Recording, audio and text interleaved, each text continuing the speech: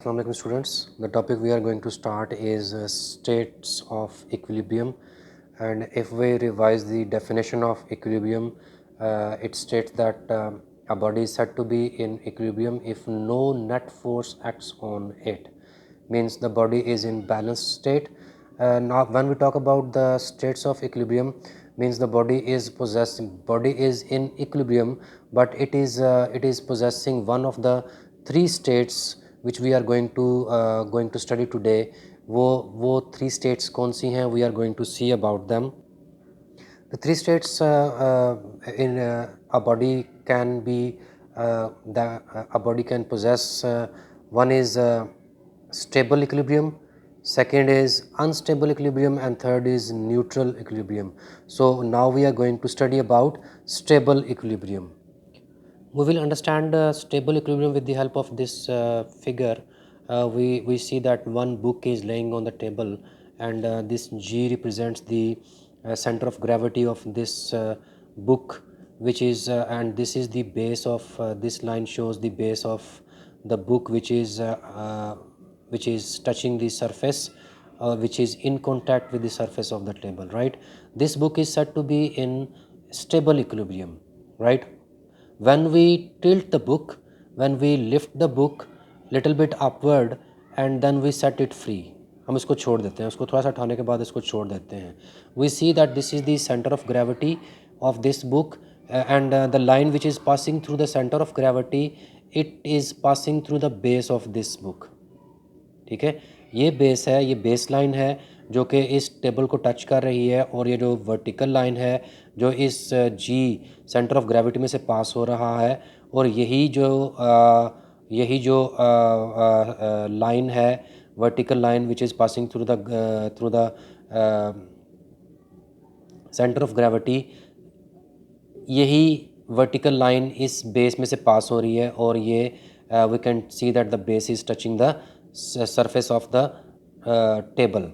जब हम इसी फिगर को हम देखते हैं, जब हम इसको थोड़ा सा टिल्ट करते हैं तो this vertical line is still passing through the base. ये जो वर्टिकल लाइन है ये इस सेंटर ऑफ ग्रेविटी में से पास हो रही है, और ये बेस में से भी पास हो रही है. ठीक है, अब हम इसको जब छोड़ते हैं तो it comes back to its previous position. ये वापस अपनी प्रीवियस पोजीशन पर वापस आ जाती है. तो a body is said to be in stable equilibrium if after a slight tilt, जब हम इसको थोड़ा सा स्लाइड सा टिल्ट करते हैं, it returns to its previous position, then we say that the object or the book is in stable equilibrium.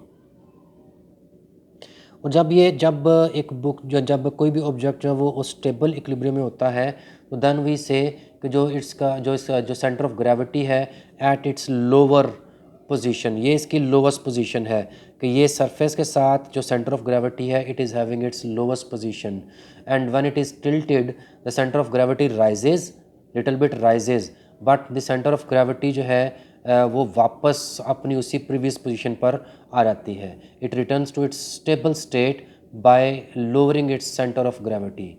A body remains in stable equilibrium as long as the center of gravity acts through the base of the body. तो जब तक ये जो base of the body है, ठीक है, और ये जो vertical line which is showing कि ये जो बेस दिस वर्टिकल लाइन, क्योंकि देखें ये वर्टिकल लाइन हम किसको कह रहे हैं, ये vertical line is the weight of this book which is located at the centre of gravity, and it is directed downward towards the centre of the अर्थ. तो ये लाइन वर्टिकल लाइन उसको show कर रही है, और ये इस बुक के बेस में से पास हो रही है, राइट. जब तक ये जो सेंटर ऑफ ग्रेविटी है वो वर्टिकल लाइन उस बेस में से पास होती रहेगी, तब तक जो है वो ऑब्जेक्ट जो है वो इस सेंटर ऑफ ऑब्जेक्ट जो है वो स्टेबल इक्विलिब्रियम में रहेगा. अब हम इसी एग्जांपल को, इसी स्टेबल इक्विलिब्रियम को एक और एग्जांपल के ज़रिए से अंडरस्टैंड करते हैं. We have a wooden block over here we can see, ठीक है, और ये टेबल के ऊपर या एक फ्लैट सरफेस के ऊपर इस तरह से पड़ा हुआ है. अब हम क्या करते हैं कि अब हम अगेन इसका जो वी सी के जो सेंटर ऑफ ग्रेविटी है of this block is laying over here, and the vertical line is passing through centre of gravity, and it is passing through the base. ठीक है। जब हम इसको इस फिगर में देखते हैं कि जब हम इसको थोड़ा सा टिल्ट करते हैं, इस तरह से हम इसको थोड़ा सा टिल्ट किया, अब जो वर्टिकल लाइन है still passing through G and it is still passing through the base. अब हम जब यहाँ पर इसको जब दोबारा छोड़ते हैं तो ये वापस अपनी प्रीवियस पोजीशन पर आ जाता है। That's why we are saying कि ये क्या है, यहाँ पर स्टेबल इक्विलिब्रियम में है। लेकिन अगर हम इसको थोड़ा सा और ज़्यादा टिल्ट करते हैं, राइट, अब देखें कि जो इसकी वर्टिकल लाइन है ये इसकी बेस में से पास नहीं हो रहा, ये इसकी बेस में से पास नहीं हो रहा। अब ये इसकी बेस में से निकल कर ये इस लाइन पर आ चुका है, राइट। अब इसमें इसकी बेस में से पास नहीं हो रहा। तो अब जब आप इसको इतना टिल्ट करने के बाद छोड़ेंगे, राइट, तो फिर ये जो ब्लॉक है it will take a new position. अब इसके जो सेंटर ऑफ ग्रेविटी तो वही है, लेकिन इसका जो बेस है वो ये वाली लाइन बन जाएगी, ऐसे ही है।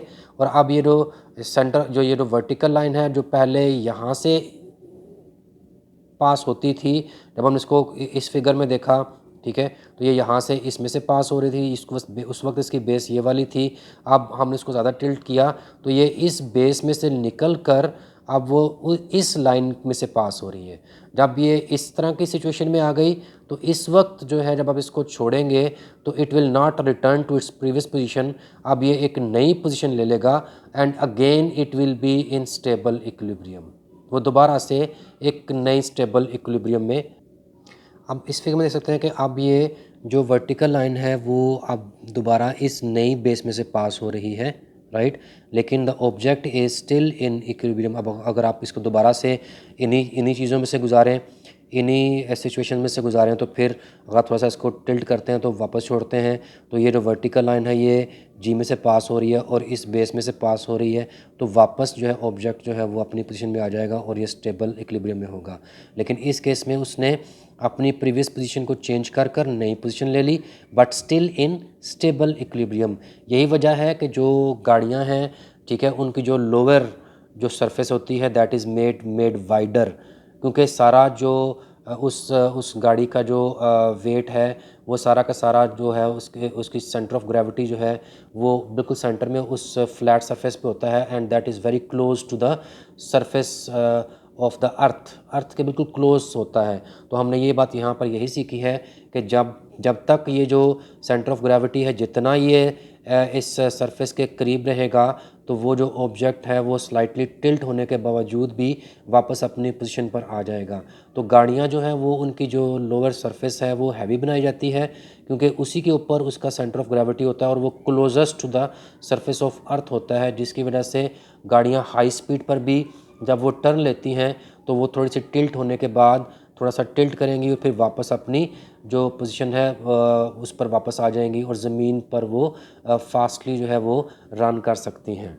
इसमें जो इम्पोर्टेंट चीज़ इस कार वाले एग्जांपल में देखने वाली है वो ये कि जो सेंटर ऑफ ग्रेविटी जितना लोअर होगा, ठीक है, उतना ज़्यादा वो अच्छा है। और जितनी ज़्यादा जो लोअर सरफेस है व्हीकल की वो जितनी ज़्यादा वाइड होगी तो उतना ही ज़्यादा अच्छा है, क्योंकि जितनी ज़्यादा वाइड होगी तो जो वर्टिकल लाइन उस सेंटर ऑफ ग्रेविटी में से पास हो रही होगी उसके पास जो है वो ज़्यादा वाइडर एरिया होगा। वो लाइन उसी में से जितनी भी टिल्ट हो जाए तो वो उसी में से पास होती रहेगी और वो जो गाड़ी है वो एक स्टेबल इक्विलिब्रियम में रहेगी, स्टेबल पोजीशन में रहेगी। वो टिल्ट होने के बावजूद वापस अपनी जगह पर आएगी और वो टर्न नहीं होगी, वो उल्टी नहीं हो सकती, वो उलट नहीं सकती, क्योंकि वो जितनी वाइड सरफेस होगी उतनी ज़्यादा जो बेस है वो वाइड होगी और जो पासिंग लाइन है जो जो ग्रेविटी में से पास हो रही है और उस बेस में से पास हो रही है वो उसको उलटने नहीं देगी और वापस वो एक स्टेबल इक्विलिब्रियम में आ जाएगी।